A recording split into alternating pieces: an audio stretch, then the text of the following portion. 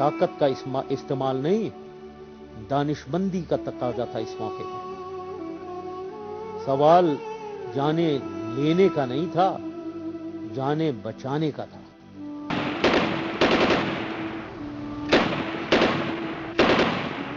نقصانے کے باوجود تحمل، غصے سے گریز، بات چیت کے ذریعے حل ڈھونڈنا۔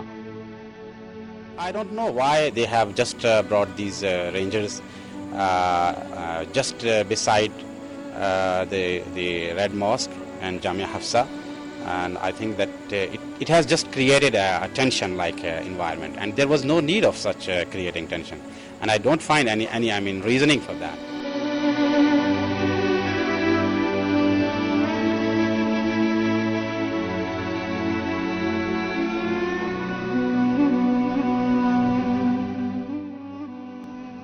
عورتوں اور بچوں کو رہا کروانے کی پوری کوشش کرنا، یہ حکمت عملی تھی۔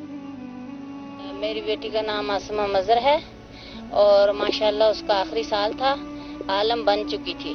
آخری سال اور آخری دن تھا جس دن مدرسے پہ حملہ ہوا ہے۔ اس دن رات کو 10 بجے میری بیٹی اور باقی کل ٹوٹل 30 بچیوں کو 150 بچی کو چادر پہنانی تھی ام حسان نے۔ ہماری بچی فارغ ہو گئی تھی، آخری دن تھا۔ میں یہ بڑے فخر سے کہنا چاہتا ہوں، 2000 لوگ، بچے، عورتیں، مرد ادھر سے باہر نکل پائے۔ کہتی رہی کہ میں اندر ہی رہوں گی، اپی جان کے ساتھ ہی ہوں، میں ان کے ساتھ رہوں گی، وہ اکیلی ہے، اس کو چھوڑ کے نہیں جائیں گے، ہمیں اس نے پڑھایا ہے، ہماری ماں سے بھی وہ عزیز ہے۔ مطلب انہوں نے کہا ہے کہ اپنی ماں سے بھی، امی آپ سے بھی مجھے آپی جان نے، ام حسان نے زیادہ پیار دیا ہے۔ کہ دباؤ پر وہاں پر موجود تھیں، یا آپ یہ سمجھتی ہیں کہ آپ کا وہاں پہ رہنا درست تھا؟ قطعاً میں کسی کے دباؤ پر وہاں نہیں رکی تھی۔ میں مدرسہ تھا، میں پڑھنے کے لیے گئی تھی وہاں۔ میں صبح سے لے کر شام تک قرآن کریم پڑھتی تھی۔ صبح سحری ٹائم اٹھتی تھی، باجی ہماری کلاس میں آتی تھی، میں قرآن پاک حفظ کرتی تھی۔ ہمارے قرآن پاک پتہ نہیں کھلے ہی پڑے رہ گئے تھے کہ ہم آگے تھے۔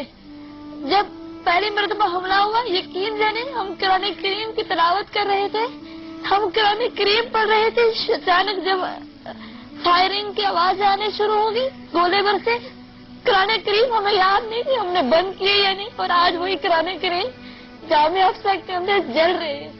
چودھری شجاعت صاحب، مولانا ایدی صاحب، تمام منسٹرز اور علماء میرے خیال میں تقریباً 10 گھنٹے تک شام اور رات کوشش میں لگے رہے کہ یہ عناصر، یہ انتہا پسند عناصر، ان میں اللہ تعالیٰ کوئی ان کے دماغ میں سینس ڈالے اور یہ ہتھیار ڈال دیں اور باہر آ جائیں اور نقصان ان کا نہ ہو۔ 6 بجے سے رات 12:30 بجے تک اس میں تمام باتوں پر تقریباً اتفاق رائے ہو گیا تھا۔ بات 3 نکات پر ہوئی تھی اور 12:30 بجے کے لگ بھگ چودھری حسین صاحب اور وفاقی وزراء ایوان صدر گئے ہیں اور وہاں سے 2:30 بجے کے قریب واپس آئے اور بالکل نیا ڈرافٹ لائے ہیں۔ پہلے ڈرافٹ کو مسترد کر دیا گیا اور نیا ڈرافٹ لائے جس میں یہ تینوں باتیں بنیادی نکات تبدیل کر دیے گئے تھے۔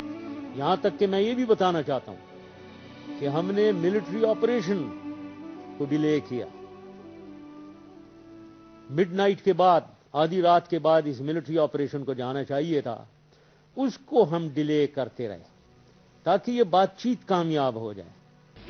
پہلے جب گولی چلی ہے اس وقت میری ابھی بات ہی ہوئی تھی ان حضرات سے اور انہوں نے کہا کہ جی بس ٹھیک ہے، میں یہ چاہ رہا تھا کہ ساری چیزیں ٹرانسپیرنٹ ہوں، وہ چاہ رہے تھے کہ نہیں بغیر ٹرانسپیرنٹ ہوں، یعنی خاموشی کے ساتھ ہو جائیں۔ میں نے کہا میں خاموشی کی صورت نہیں کروں گا کیونکہ بعد میں آپ اس کو پروپیگنڈا کریں گے، بڑی چیزیں بتائیں گے۔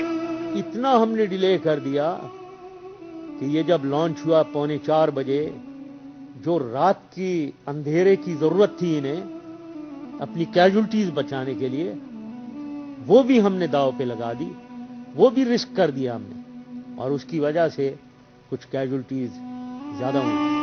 میں نے چودھری شجاعت حسین صاحب سے بھی آج صبح کہا، میں نے کہا انشاءاللہ تعالی ہم چلے جائیں گے لیکن آپ لوگوں کے گریبان لوگ پکڑیں گے اور آپ لوگوں کو انشاءاللہ اس کا بدلہ لیں گے۔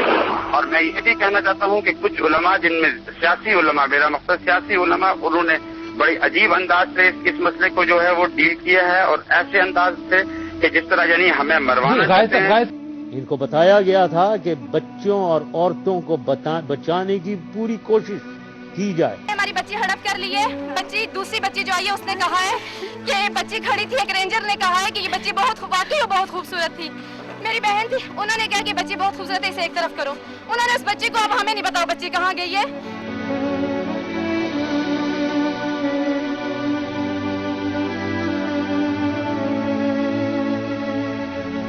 1300 عورتیں اور بچے اور رہا ہوئے، یہ کامیابی تھی۔ قیامت کے دن میں مشرف کا بھی ہاتھ پکڑوں گی، اس کے حواریوں کا بھی گریبان پکڑوں گی، نبی کریم صلی اللہ علیہ وسلم کے سامنے لے کے جاؤں گی اور کہوں گی اسے آپ اپنے ہاتھ سے دھکا دے کے جہنم میں پھینکیں۔